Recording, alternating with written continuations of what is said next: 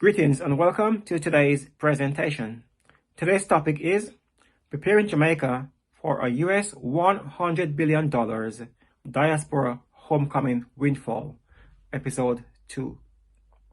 This is part 14 of my theme titled The Pastor Edwards US $25 billion Eco-Tourism Program.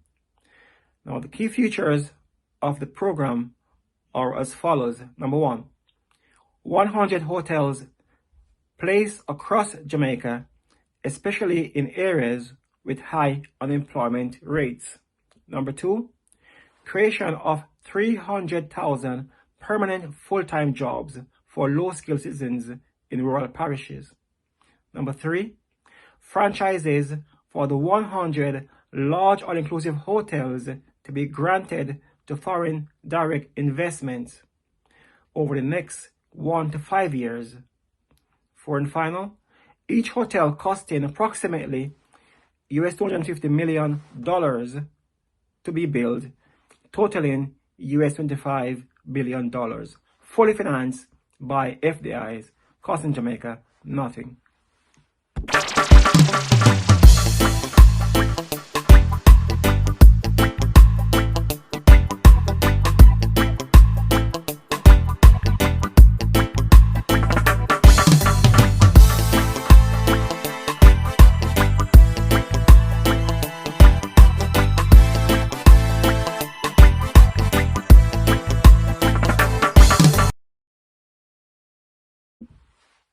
Now, the whole world has heard about the Windrush generation scandal in the UK over the past several years.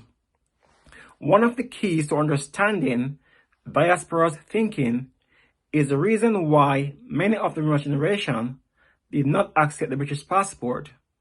It was offered to them in the 1960s and 1970s, but many refused to take up the offer because they had no intentions of staying in the UK.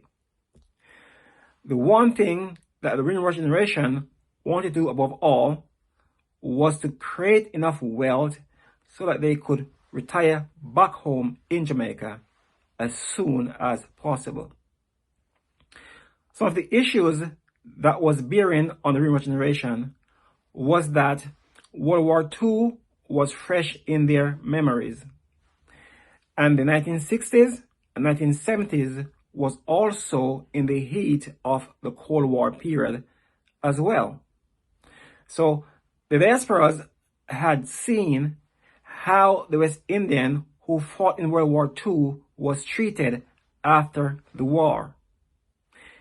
Even Germans were treated better in the UK after World War II than the West Indians who fought for the empire during that war. Hence, the Windrush generation decided that if war broke out again, they don't want to be called up. They thought that if they had a UK passport and a new war started, then they would not have any choice but to join a new war. But if they had a Jamaican passport, then those who did not want to go to war could go back home, etc. My wife's parents were of the Windrush generation, and this is what I often heard from my late father-in-law and his companions when I came to the UK. What the Jamaican government need to do now is to have a good look at my US $25 billion tourism expansion program suggestions. Jamaica has a capacity to quadruple its tourism industry from 4 million visitors in 2023 to 16 million visitors by 2030. This would just put Jamaica in line with Barbados for the number of visitors per population size. With 16 million visitors each year, Jamaica would still have 3 times less visitors than the Bahamas per capita population size.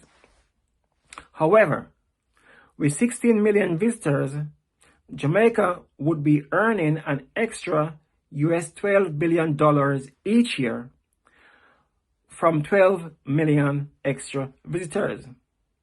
Money that could be used to fix every road in Jamaica within a 5 years to 10 years period. This is the foundational work and infrastructure that Jamaica needs to let the diaspora feel safe to return home. Up to 600,000 unemployed Jamaicans could be working in the tourism industry all across Jamaica, creating the wealth and the foundation for a new Jamaica. Then the added bonus will be the US $100 billion that the diaspora will be returning home with. I can see that the government is adopting some of my policies that I have suggested over the past 12 months, such as doubling visitor numbers from 4 million to 8 million visitors. However, one of my key policy suggestions that the government is not addressing is that tourism needs to spread to every parish in Jamaica. Most Australian residents do not want to live in the cities like Kingston or Montego Bay, where most of the current infrastructures are taking place.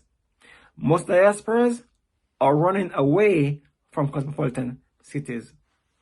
They want to live in the countryside, such as on the South Coast, in St. Elizabeth, Manchester, and Westmoreland, etc.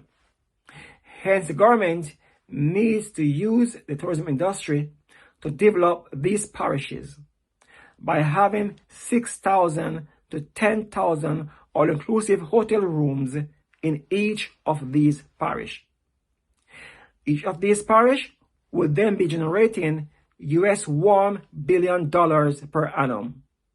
Money that can be used to build highways and local roads and other infrastructures in these parishes. Then the diaspora, US $100 billion homecoming windfall will spread around Jamaica equitably. This is part 14 of my current theme. Look out for part 15. Thanks for watching this video. To support this channel, please click on the subscribe button, share this video, and leave your comments below. God bless you, God bless the Jamaican Parliament, and God bless Jamaica. Until my next video, peace.